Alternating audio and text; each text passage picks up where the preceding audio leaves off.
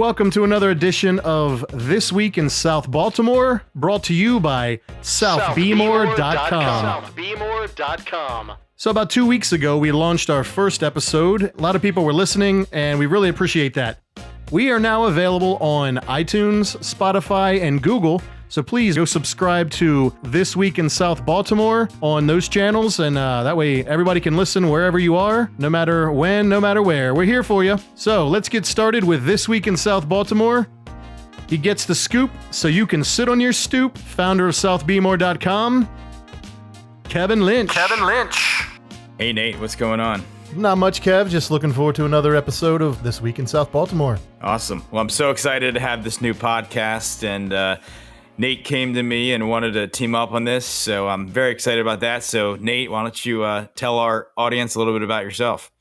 Thanks, Kev. I appreciate that. So some folks around the neighborhood might know me from my band, Roses and Rust. I'm the bass player in that band, so we play a lot of gigs around here. Maybe you've seen me there. I've DJ'd quite a few events for Halloween Bash and, some of the other events that have taken place at the Gazebo over the years. And other than that, love living in South Baltimore. Been here 10 years now. My wife and I moved up here from Atlanta in September of 2010, so almost exactly 10 years. And we've got two awesome kids in the South Baltimore school system. When I'm not doing my real job, I'm probably podcasting or DJing or playing music, and really appreciate you letting me be a part of this and, help get the word out even more about the awesome things you're doing at SouthBmore.com and just helping to, keep our community engaged however they want to listen or read. Awesome, Nate. Well, I'm really happy to have you. Nate's going to be my co-host. He's our producer and all things audio guy. So we're excited to have Nate on our team, and we're excited to talk about South Baltimore together. So let's get started on This Week in South Baltimore. Kevin, what you got for us when it comes to construction and other development going on? Yeah, for sure. Yeah, certainly the construction has continued to go strong this year, and with everything going on with the pandemic, and we're see a lot of construction sites around South Baltimore, and a lot of new ones are starting up. So one project that kind of tails into what we were talking about a couple weeks ago is 1300 Warner Street, which is at the corner of Warner and Austin Street, across the street from M&T Bank Stadium.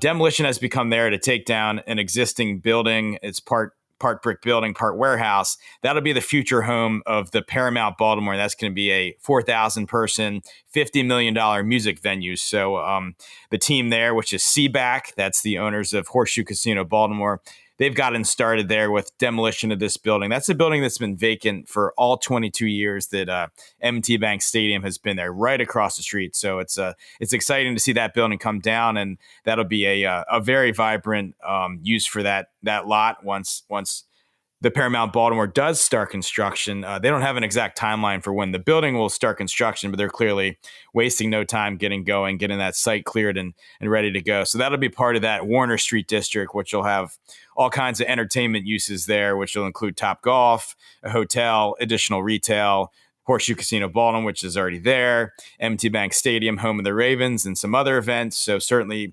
as far as getting that entertainment district started there in South Baltimore, it's certainly getting going. And then another project that got started in recent weeks is one that's kind of in Ridgely's Delight, but also downtown at 725 West Pratt Street. There's an apartment project by Zalco. This is going to be 54 apartments, 5,000 square feet of retail, which is going to be divided up in 3 retail suites and 20 parking spaces. This is a $12 million project. It's a historic project. It'll use 3 historic buildings as well as a couple lots, and creating a new apartment building there. So that's another apartment project, which is an apartment project that's in Ridgely's Delight, but right across the street from University of Maryland, Baltimore, close to the Inner Harbor, close to the stadiums, close to downtown. So a lot of different types of residents could find appeal in a project like that. And another project in Locust Point, there's the PQ Corporation headquarters, which closed in January, and that's getting demolished currently. That'll become a 112 townhome project by Mark Saperstein's 28 Walker. So right now they're clearing the site. They hope to begin site work as far as creating the pad sites for the townhomes end of this year, early next year. And then at 112 townhomes, that'll be the biggest townhome project the South Baltimore Peninsula has seen in about 10, 15 years. So certainly a really big project that's going to bring a lot of new townhomes. This site is immediately adjacent to Francis Scott Key Elementary Middle School, so it could be an appealing location for families. As part of this project, they plan on doing some renovations to the park/schoolyard that's located right there. So more townhomes coming to Locust Point, potentially an opportunity there to bring in more families to an area that's already very strong as far as its network of families. So we'll keep an eye on that. Probably maybe mid next year, you'll start to see some townhomes and some models go up there. But certainly the construction continues hot and heavy in South Baltimore. To get a rundown of all the construction we have in South Baltimore, we have our South Baltimore Development Rundown, which is always live on southbeamer.com. You can simply go to our real estate tab up top, go to the drop-down menu, and you can see our South Baltimore Development Rundown. You can keep track on every single project that's under construction, that's proposed and recently completed, and it keeps us busy.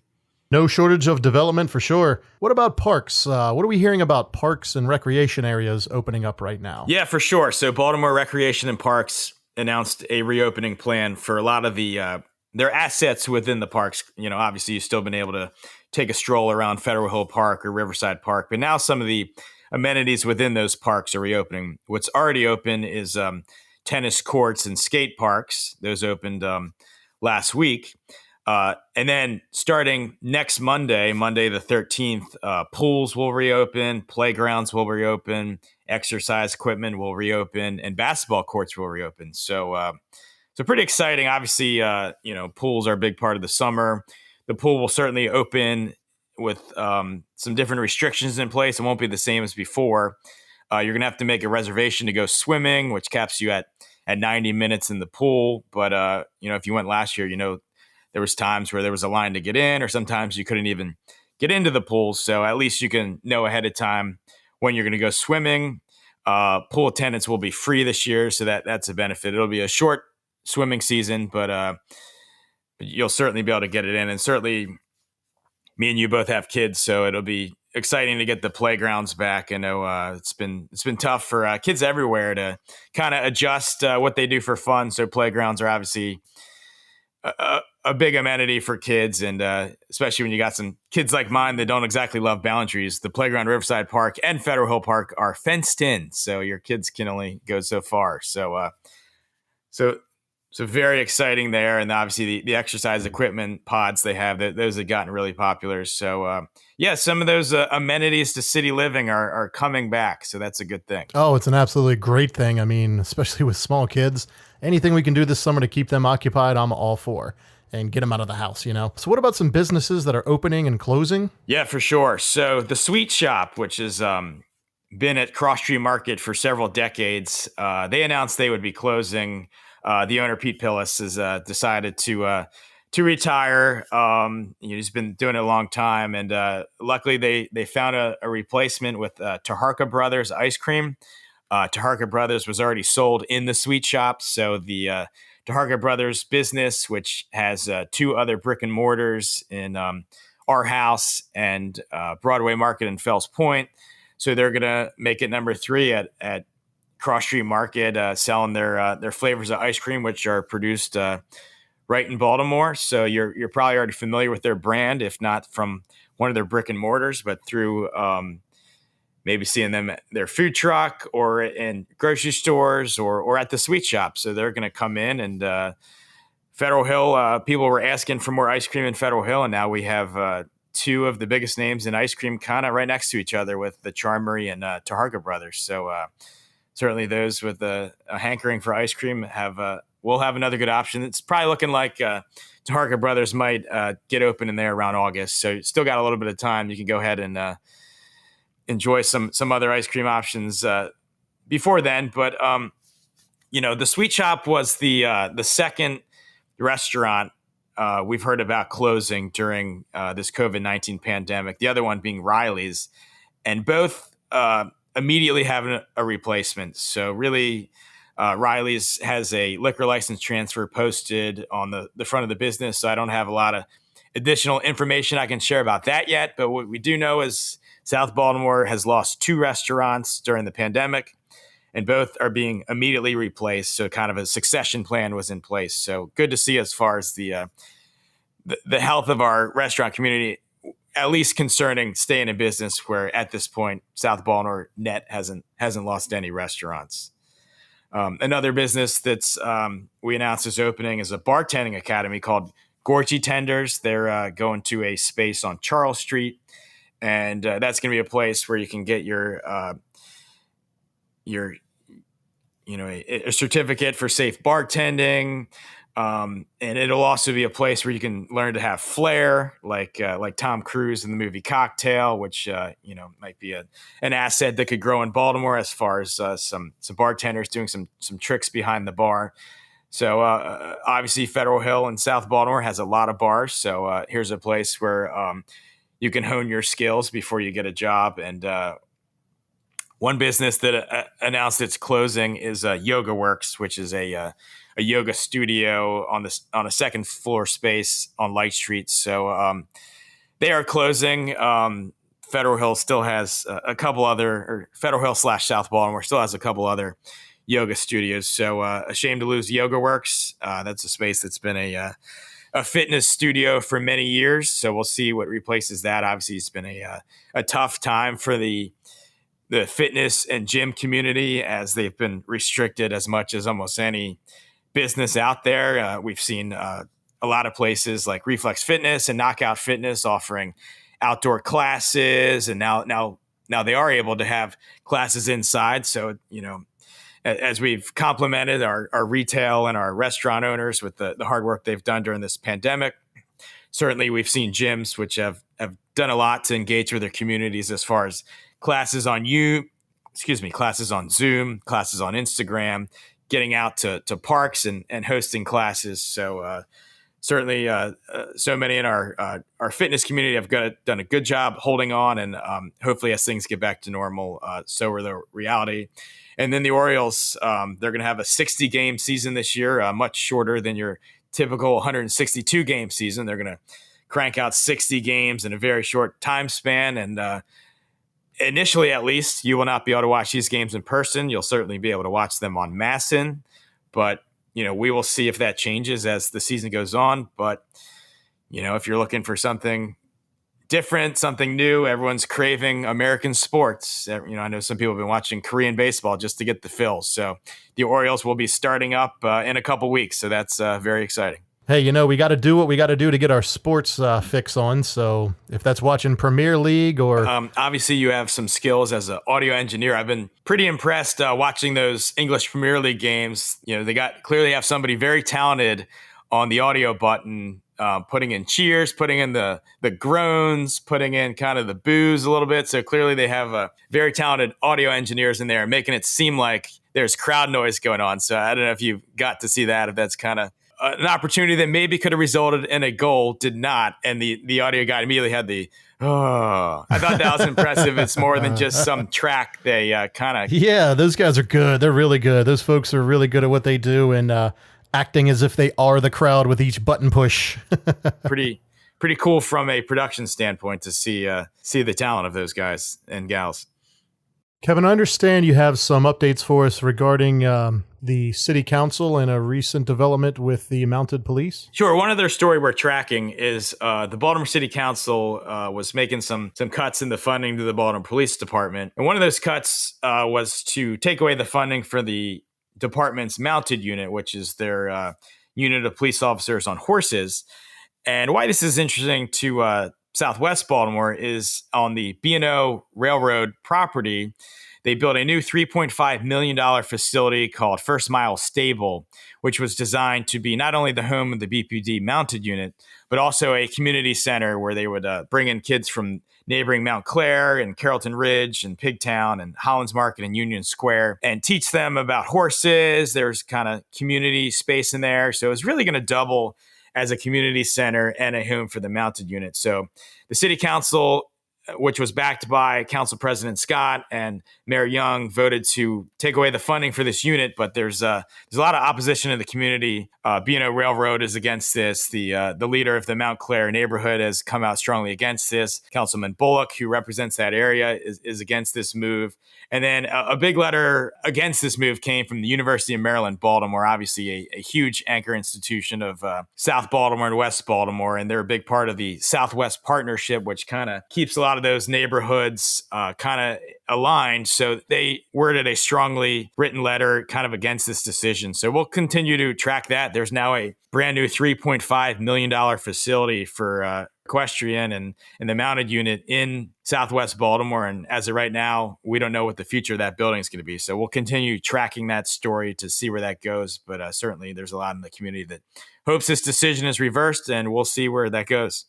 Well, we certainly appreciate you keeping your eyes and ears out for any developments in regards to that story. But anything from social media channels? We do, yes. We appreciate the engagement on social media. So thank you, Steph Logren, for giving us a question. Her question was about Ronnie's, which was a carry-out restaurant for many years at the corner of West Barney Street and Charles Street. That space also has a beer wine license. So her question was, do I have an update on that? And so I do not have an update on that at this time, but Iconic Builders is going to be the construction company and owner of that property. What we do know is it's going to stay in the same form, where it will be some kind of restaurant in that space. Not a huge building. So when I have more of an update, I will let people know, but they're going to renovate that building. They're going to keep it as a hospitality use. And when we know more, we'll let you know. Ronnie's was a very popular carryout space in the neighborhood for many years. I lived very close to there and went to Ronnie's many times. So excited to see where it goes next. We'll keep you posted. Kevin, there's so much positivity going around the neighborhood. I mean, people should be very encouraged by what they're, seeing and the steps that the business owners are taking to keep things going. And I just feel so hopeful that, we are headed in the right direction, and we're going to overcome all of this with COVID-19, of course. And, our business owners are going to just rebound even better. As COVID-19 has been going on, we've heard a lot of people predicting there'd be huge attrition as far as restaurants and small businesses, and the outlook could be pretty bleak, all said and done. And certainly the pandemic is not over and things are not completely back to normal, but been so incredibly impressed by our small business community to pivot and fight hard and hold on and keep their businesses going. And it's actually been quite the story in South Baltimore, as we have seen 26 new businesses in the works for the South Baltimore Peninsula. There's only been 6 businesses that have closed. So right now we're looking at a plus 20 as far as when the pandemic began and where we are now. South Baltimore is on pace to have 20 additional kind of retail and restaurant businesses. Now, 5 of these businesses are replacing businesses that immediately closed, but 21 of those new businesses are taking over a space that has been vacant for a significant amount of time, or this is a new retail space that has never been used before. So really, we're getting 26 new businesses. 21 of those are taking over spaces that needed somebody to take over that space for some time. And 15 of these new businesses were actually announced during this pandemic. So at a time when we were supposed to see a lot of attrition for retail businesses, we've seen quite the opposite. So that is incredible. So much hard work going on in the small business community. So amazingly, how South Baltimore done as far as small businesses during this, done really well. That's surprising, but not surprising when you know kind of the work ethic of so many business owners. Kevin, thank you once again for the weekly roundup of This Week in South Baltimore. Thank you, folks, for taking a listen today, and we appreciate all your support at southbmore.com. And make sure you subscribe to southbmore.com if you haven't already. Make sure you also subscribe to our podcast here.